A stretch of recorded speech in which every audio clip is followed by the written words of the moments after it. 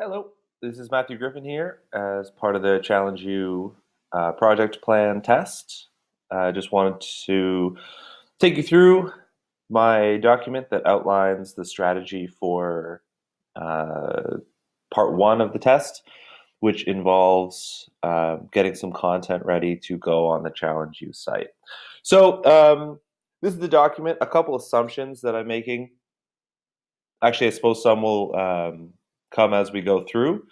But first of all, as we'll see with the budget part of it, I'm not entirely sure if we need extra employees or internal employees to get the work done.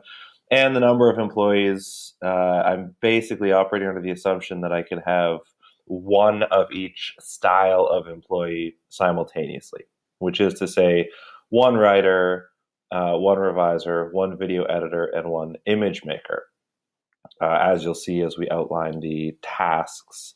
And of course, the duration are fairly wild guesses and the cost of these things. But I think and I hope it gives a general sense of how I would approach something like this. And I think the major thing to see first is that in order to finish something as quickly and efficiently as possible, we're going to operate using staggered timelines for everyone. So as you can see, since we're using one of each style of employee, um, and there are three lessons to be completed in each case, each task is going to be separated into three separate tasks, three subtasks, I suppose. So the writer will have the writing to do for lessons one, two, three. Similarly, the revisions, for that part, I put myself in there. Partially, that was based on the initial conversation we had, which said, as the project manager, you need to be ready to jump in at any time and work on these projects. Uh, Videographer and the image maker for all three. So, what I started with was that the writing needed to be done first.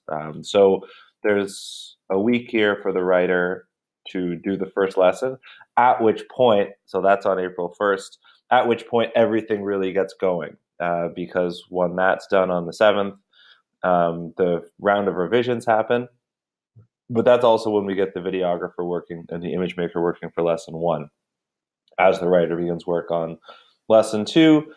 And then as that finishes up, same thing. We're going to have these sort of staggered image making and video making as the writer continues work and as the revisions work continue on each project. So that's more of a chart that I would look at as the project manager.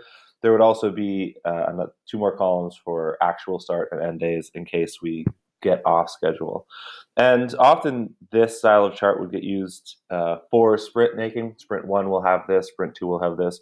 But as we mentioned in the conversation, in this case, it sounds like it's not typically that way of operating, and it's really simple to adapt that style into this working. This last minute, we need some things to be done to hit a specific date, and we go forward from there.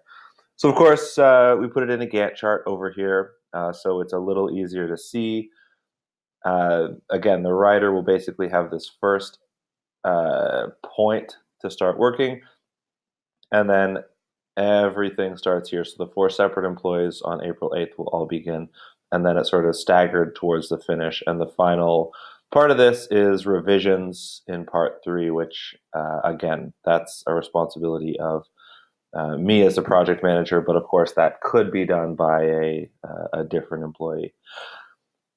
Now, down to the budget, really quickly. This is the most assumptions being made because I did it in unit costs day-wise. Obviously, this is really simple to do hourly, but for simplicity's sake, just put it, since we have days as our unit above, I put days as the unit down here.